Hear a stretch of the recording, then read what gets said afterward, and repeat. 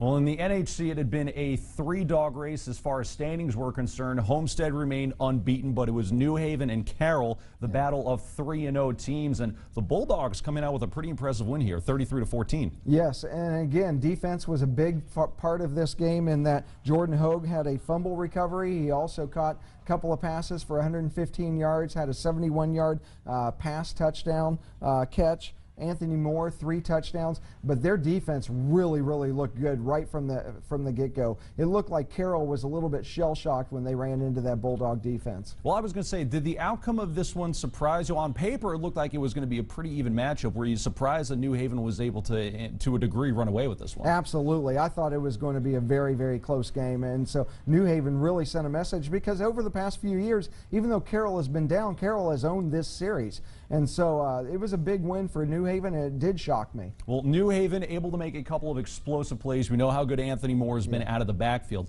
When they match up with Homestead later in the season, how's that one going to play out? We know the Spartans' offense has been dominating, but if New Haven comes up with a couple of key defensive plays? Absolutely. New Haven strong on both sides of the ball, as is Homestead. But I tell you, the key for Homestead this year, October 12th, their offense is never as good late in the season when the wind starts blowing, the rain comes in, the bad weather. So we will see what Homestead's offense is capable of doing and maybe some inclement weather. That'll play a big part in that game. Well, the Spartans rolled past Columbia City this past week. They get Belmont this week. Do you see them having any trouble with the Braves? No, Homestead won't be challenged until that final game.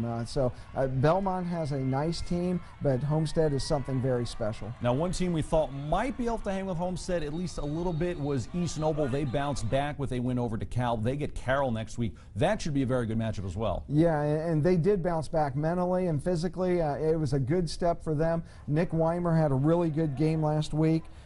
Threw for several touchdowns, and so East Noble Carroll, that just like the Northrop Southside game, very competitive matchup.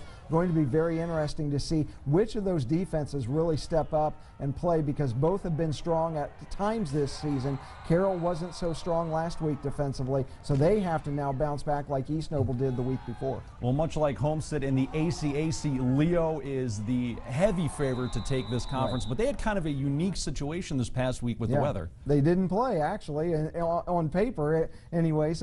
They were challenged by Muncie Southside. It was 7-6 when the rain came in. They lost power at the stadium, ended up declaring the game as a no contest, so Leo is still 3-0, but you know, I had said all along they wouldn't be challenged all year. Well, they were challenged the other night. Now, they didn't end up playing the entire game, so who knows what would have happened, but Leo was challenged by that. And so now Leo and Bluffton are both unbeaten in that league, with Garrett and Heritage just one game behind, and that brings us to a really great matchup this week in Garrett at Bluffton. That is going to be a really competitive game. Bluffton did not look great in getting by Woodland 14-10. I thought they'd get by them much easier, but Garrett has bounced back from that early season loss, and they're on a roll now. Well, they're certainly in the mix, at least for second place. Heritage is there as well. They blanked South Adams 35-0. Out of those three, do you feel like one team has started to separate from the pack? And certainly when you have Bluffton meeting with Garrett, that'll kind of knock one of those teams out of the race. Yeah, these are must-win games now if you have hopes of winning a championship. But I think Leo is head and shoulders above the other three. I think the other three are right there in a pack together.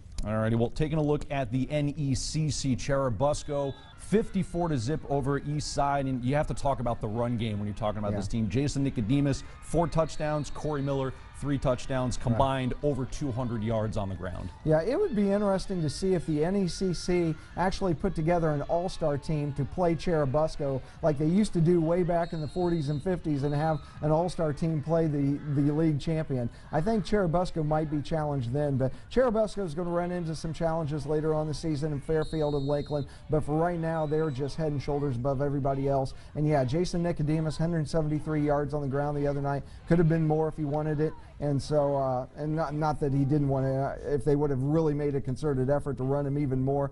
Just a dominating win over a nice East Side program. Well, Fairfield, as you mentioned, they came up with a 35-14 win over West Noble, but Lakeland hanging 61 on Angola. Of those two teams, which do you think potentially matches up best with Busco?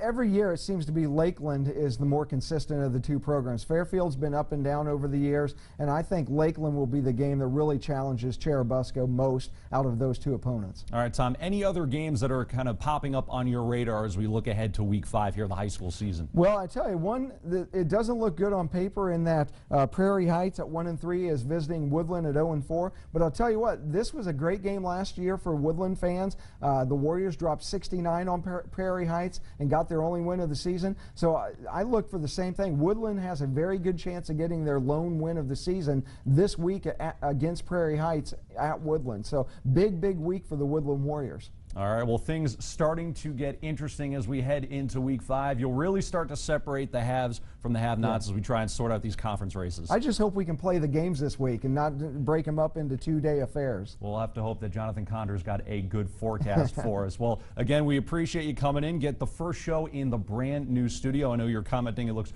pretty sharp, so hopefully the show looks sharp as well. But you can catch Tom's work every day in the News Sentinel. You can catch our high school coverage at Wayne.com and, of course, on the Highlight Zone this Friday. He's Tom Davis. I'm Joe Whalen. We'll see you next Monday.